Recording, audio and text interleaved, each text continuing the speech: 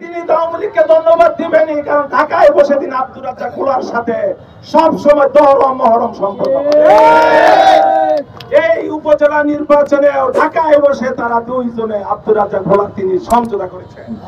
আর তার অনুসারীরা কি করেছে, এই আব্দুর রাজ্জাক খোলার পক্ষের লোকদের পক্ষে উপজেলা ইলেকশন করেছে। ভিডিও আছে, ছবিও আছে, অস্বীকার করতে পারবেন। আর কি করলেন, এই যে এবার ছাত্র জনতারা যখন আন্দোলন করলো, উত্তর টাঙ্গাইলের সবচেয়ে বেশি আন্দোলন হয়েছে মধুপুর। নেতৃত্ব দেওয়া শত শত আমার ভাইরা রয়েছেন, ছোট ভাইরা নেতৃত্ব দিয়েছেন। কোন দিন যারা বিএনপি দাবি করেন একটা মিছিল করে নাই, কারণ আমি ঢাকায় বসে সবসময় যেদিন টিভির স্কলে আসলো শেখ হাসিনা পদত্যাগ করে দেশ ছাড়ছেন, তখন তারা যেন কোথা থেকে সে এখানে জড়ো হয়ে গেল। ব্যাংক চিনেন না, ব্যাংক ব্যাংকের করতে থাকে, নামলে ব্যাংক বেরিয়ে এসে ভ্যাঁ ভ্যাঁ করে।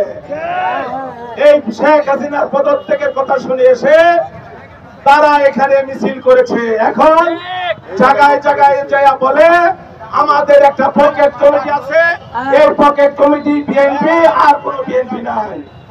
বিএনপি হলো জনতার দল, যে কেউ বিএনপি করতে পারে, কেউ বাধা দিতে পারবে না। তুমি বিএনপি করতে পারবে না, ছাত্রদল করতে পারবে না, যুবদল করতে পারবে না। যারা এই কথা বলে তারা হলো আরেকটা স্বৈরাচার, দলের ভিতরে স্বৈরাচার। এই আন্দোলনের সময় মধুপুরে একটা মামলা হয়েছে, মধুপুরে একটা মামলা হয়েছে। সেই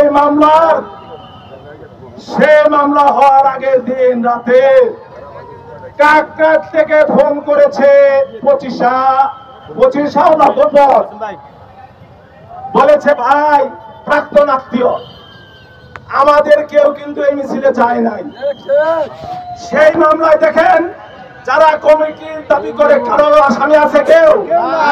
সেই মামলার আসামি জয়নাল আবদিন, বাবলু, আব্দুল লতিফ, পান্না, হুমায়ুন তালুকদার সহ তিনটা মামলা রয়েছে। সেই তিনটা মামলায় যাদেরকে বঞ্চিত করে বিএনপি করেছে তারা আসামি।